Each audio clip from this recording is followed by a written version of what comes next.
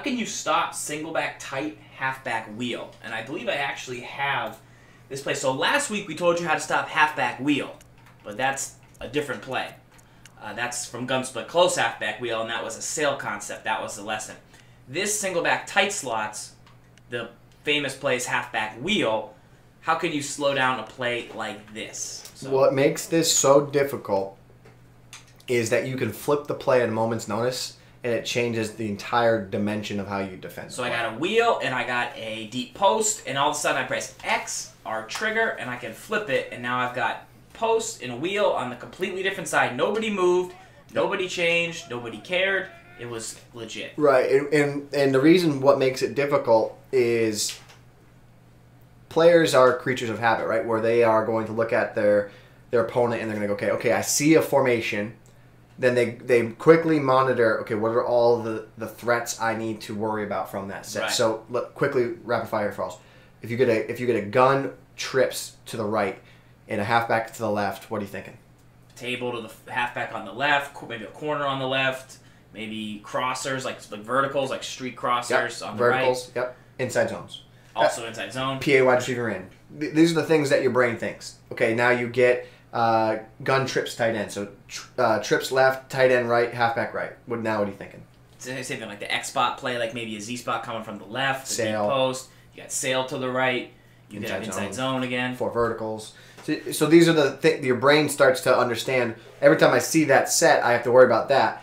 And then what the best players in the world do is they go into practice mode, and they specifically will set a defense up for all of those immediate threats. So then what ends up happening is, okay, your brain takes over and you go from just habit. Your brain goes, gun trips tight end.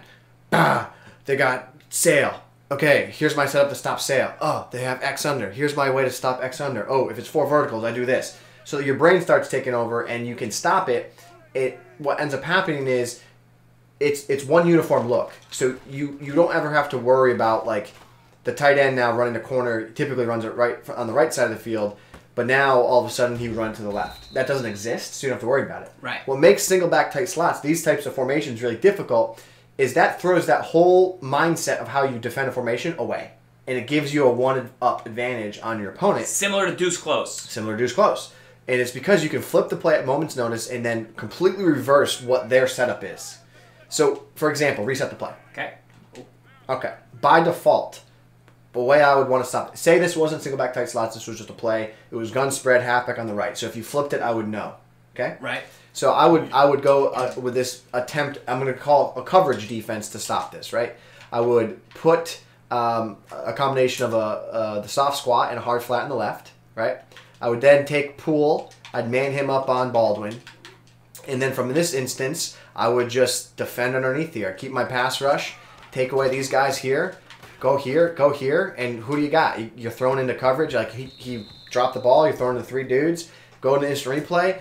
The only route I think you really have that might open up on this play is a halfback wheel, and you need an hour and a half in the pocket for that route to develop. Yeah.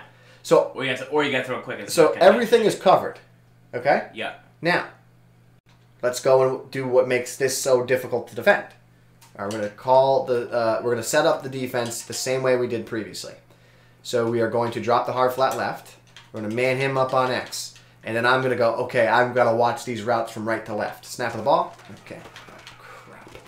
Uh-oh. And now you could throw... He actually matched there in that instance. But the idea is, you're now changing what you're doing. He can then go and throw the post. Like, the idea is that the post now opens up from that example, right? So let's do this one more time. Let's blitz that end there. And let's drop this guy here. So I drop him here, man him up here. All right, now go ahead. So I try to take this away here. Now the post opens up. You throw it inside. That opens that up. So that's what makes these formations difficult to defend, is because you can reverse the flip of the play, and then it changes the way their defensive setup is. And it's really difficult, especially when you think of like the corners. Like, you felt the fear of this without ever really truly knowing. Right. If you're not aware of it, you're not aware of it. But you felt the fear of like, oh, damn, is the corner going left or is it going right? Like, right, it's hard to know. That fear is, you felt it. And if you're new, you're now more aware. You should be more aware. Bam. Jerseys went 22-3 with tight slots. Who did? Jersey. Solid. Tell you what, the dive and the pitch, So real good. what adjustments do you make? What if you were going to run this play like one way for the bulk 80% of your time? Yeah. How would you set it up, and then what would be your main defense to stop this? You showed the how you stop the post. So is that the key? Yeah. So for me, I would first start off with a drag to Jimmy Graham. Just because it's shorter. It's quicker, and then I would change the route to curse. I would leave it deep on some plays, and then other plays I just put him on an in. Because I want to change his depth a little bit. Right. Just to change their user so they can't become so robotic. So now snapping the ball, you're just changing the depth of both those routes. So the drag. Jimmy Graham didn't run that very crisp at all, so just monitor that. Some other things that I would do is I would that deep in, I'd streak him, because the idea is I want him to pull the safety away to open up the post. So streak B. Got it. Drag Graham. And now, because now you're creating a high-low on the left, and you want the streak to open up the post. Got it. Gets that safety out of the way. Yep. Especially if they're going to break better with the... Yep. There. And now the other thing you could do here is you could swing. I love swings out of the backfield. So swing Rawls left and lead the play as designed. Now go ahead. Now you have that short flat. Corner was about to get open. Yeah, you take the flat there. Yeah. You have to take the flat because the defense has you beat by... there's a Mabel on the side. It's not that deep, yes. So there's a Mabel, right? And the safety isn't getting there quick enough. He did that time and to open the corner up. But the flat, if there's no hard flat, like flip the play and run it to the left or to the right. If there's no hard flat, that's open. Yeah. You throw it a little early. A little early. Wait for him to drift. Let him get out there, let the zones drift. Drift them. Bam. That was where the pass went too. So zones drift, you pick up 4 or 5 yards. Right. Solid. The other thing I used to do previously, not this year when I ran it, I'd have to try this, but I would put B on a hitch. And now the idea here is this. This is the idea of the hitch, is if you played any type of zone blitz, that hitch gets open, right? So like I'm going to have to go here. Yeah. The hitch then is a quick read against the blitz. Now, and the other thing is, I actually haven't tested this either, but if I play man, put him on a hitch. So hitches used to be unbumpable. I think they still are. So if I put him on man, you put him on the hitch, you can snap throw it to him. Snap, time, go, bang. Yeah, and you get a switch on the wheel. And then if you have him on that... You ever motion out the wheel? Do anything crazy like that? No. Not really? Not worth it? You could maybe pick up edge pressure. Then they know you're not running it, I guess. Right, yeah.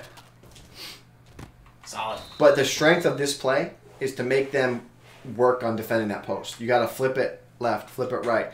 Make them defend the post, all different parts of the field, because that's the headache part. That corner, you won't have to worry about the corner too much. That was actually pretty good. Yeah, the corner doesn't get much depth. It's good on if you smart route it. Got it. Yeah, it's much deeper. Yeah, that's where it's just an extra setup. When you get a conductor, it'll be a little easier. Bam. Scream. Okay. And then also, don't forget you have bench. So you got bench. There's a couple other plays that are really good. So bench is good. Drag similar to what we did before. People say is good. I don't love drag cross-ups. I like the play. Keep going down. We don't have it. It's a play. Yeah, they're missing the run. They're missing the. There's a route to the halfback. The halfback runs a table route. Got it. And it's fantastic. You're gonna want that. Yeah. The table route's fantastic. Yeah, there's better tight slots than this. Buffalo's good. Saints is good. Jets is good. All right. Next mailbag question. This one is from Maverick. Wants to know how to read a disguised coverage. So, Maverick, couple tips on that. Number one, Gibbs, go back to that. Let's go look for that.